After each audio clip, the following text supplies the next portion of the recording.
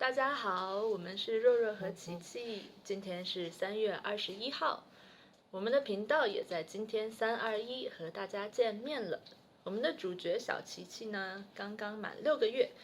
由于我先生工作的原因，我们从澳洲搬到了台北。他的爷爷奶奶、姥姥姥爷还有叔叔阿姨们都非常舍不得和他分开，所以我们开通这个频道的主要原因，就是为了让你们能够经常看到他。同时，我也在澳洲和大陆都生活过，希望能通过比较新鲜的视角和大家分享我们在台湾的生活。疫情期间的行程啊，真的是没办法计划。这次来台湾也是一波三折，原本我们年初就要来台湾的，我们在澳洲的房子在去年就都打点好了，行李也都打包了。就在要出发的时候，台湾在12月30号的时候宣布关闭边境了，于是我们就经过了将近3个月的漫长等待，终于才又可以出发。然后我们改签好了机票，订好了防疫旅馆，踏上了来台湾的旅途。今天就是我们在隔离酒店，也就是检疫旅馆的第3天。我想跟大家聊聊我们在疫情期间带娃出国的体验和心得。首先是出门前一定要办好的手续，其中包括护照，一定要有至少6个月的有效期。还有第二个是要查清楚所在地的出境限制。澳洲呢一直是在封锁边境，出境的话必须要有特殊需求，并且要跟移民局申请豁免。第三是需要查清楚目的地国家的入境限制，办好签证。第四是有没有隔离要求，台湾这边要求检疫14天，其实是15天，就是你要第15天才能就是检疫完成。我们订的是检疫酒店。第5个就是大交通，包括机票啊，一定要订改签方便的，因为就像我说的，疫情期间就真的是没办法计划，计划赶不上变化。然后本地交通，就比如说什么接机送机的流程啊，像这边台湾这边要求你一定要坐防疫专车或者是什么防疫计程车。第6是我们上飞机前就是一定要做核酸检测，你上飞机的时候必须有登机前3天内的阴性检查报告。然后我们出发时候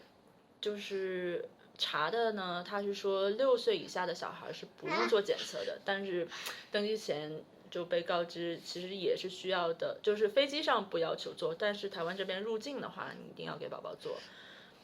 然后第7个是有没有其他的登记要求，台湾就是要求你的所有的入境旅客要填写检疫通知单，然后你如果能提前填好的话，就能在机场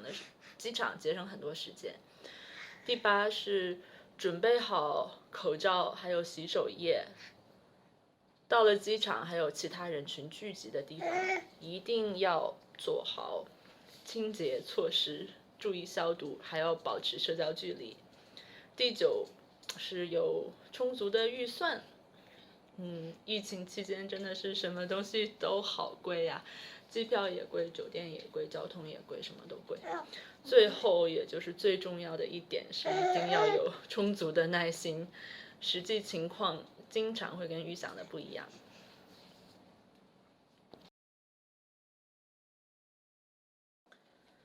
我们的航班是先从我们住的城市到悉尼，然后在悉尼有2个小时的时间，然后可以转机飞台北。但是到悉尼的航班晚点了1个多小时，而且更加雪上加霜的是，从国内到国际航站楼的摆渡车停运了，就应该也是因为疫情的原因吧。就是悉尼它的机场2个航站楼，它就是跑道那边是连到一起的，但是作为乘客你是没办法从国内走到国际啊。理论上你是可以走过去，大概3公里左右。然后一般都是它有摆渡车，你坐摆渡车或者是坐地铁，或者是坐出租车。所以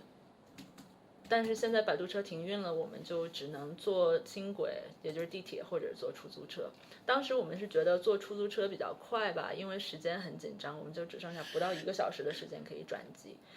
然后坐轻轨呢也不熟悉它的时间表，而且拿着行李带着宝宝也不方便。到了出租车上车点才被告知，1岁以下的宝宝必须要有安全座椅，就是那种婴儿的安全座椅。所以我们就没有订那种就是有宝宝座椅的出租车，他就当时帮我们叫了一辆，然后我们就在那边等了差不多10分钟，等了10分钟他才来。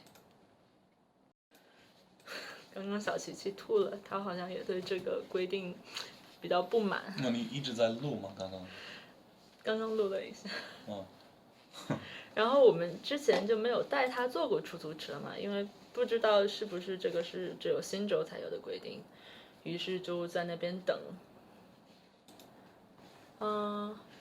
就还好的是路上比较顺畅，就中间没有堵车什么的。下车的时候司机收了我们25刀，因为没有打表。后来我们才知道这位司机他实在是太良心了，他是澳洲好司机。因为在国际柜台办值机的时候，还有另外2个乘客，然后也是跟我们一样的航班，然后也是同一种情况，就是国内到国际的这个航站楼，一个被收了80刀，另外一个收了110。如果就是有其他朋友要在疫情期间需要在悉尼国内转国际航班的话，我建议呢还是先查一下轻轨的时间表，基本上每5到10分钟都有一班。然后搭轻轨如果有乘车卡的话，每个人的车费可能就不到5刀这样子。比较幸运的是我们的行李是直挂到台北的，所以我们换航站楼的时候行李是直接送过来的。到了柜台换好登机牌呢，就已经到了登机时间了，那时候就剩下半个小时的时间。万幸的是悉尼机场完全不用排队，而且全程呢都有工作人员带我们一直到登机口，所以从海关安检一直到登机差不多也就花了10分钟。然后到了那边才发现原来全飞机就等我们3个人了，可能整个机场就我们3个人，所以他连广播都没有广播，就直接就找我们让我们上飞机。上了飞机呢，就是这个航班也是大概是因为疫情的关系，就只有30个乘客，基本上1个人就可以占1排的座椅。不得不说一下，华航的服务还是很贴心的，所有的乘务员都戴了眼镜和口罩，而且还穿了防护服，路上的卫生消毒也都做得很到位。下了飞机有机场的工作人员带我们办各种手续，包括当地的手机卡呀，还有就是检查你登机前填的那个检疫通知书、检疫那个什么表格。我们下飞机的时候呢，所以就被告知他就是小朋友小琪琪也是需要做核酸检测的。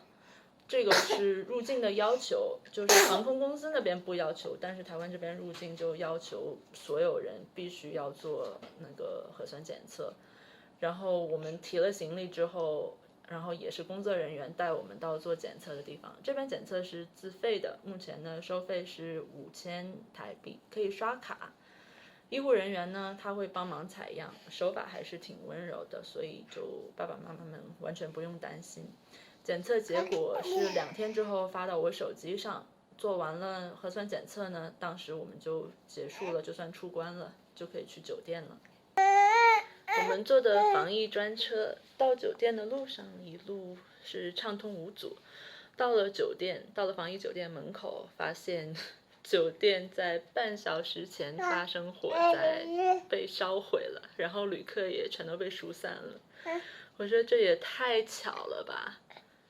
不过还好，那边的工作人员直接告诉司机新的酒店地址，然后司机师傅就直接送我们到了现在的这个酒店。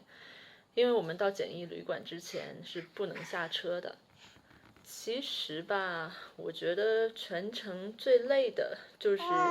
第一班飞机晚点吧，因为不知道能不能赶得上悉尼飞台北的航班，因为国际航班1个星期就只有1班，错过了就要等1个星期。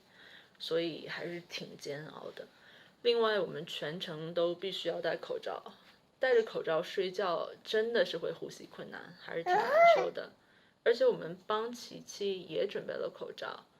但是由于担心他太小嘛，戴口罩会呼吸困难，所以就只有和人接触的时候才帮他戴。好了，那今天我们先到这里，下一期呢，我们就跟大家分享一下住隔离酒店到底是什么样的体验。好，那先这样，拜拜，大家再见，琪琪说再见，再见。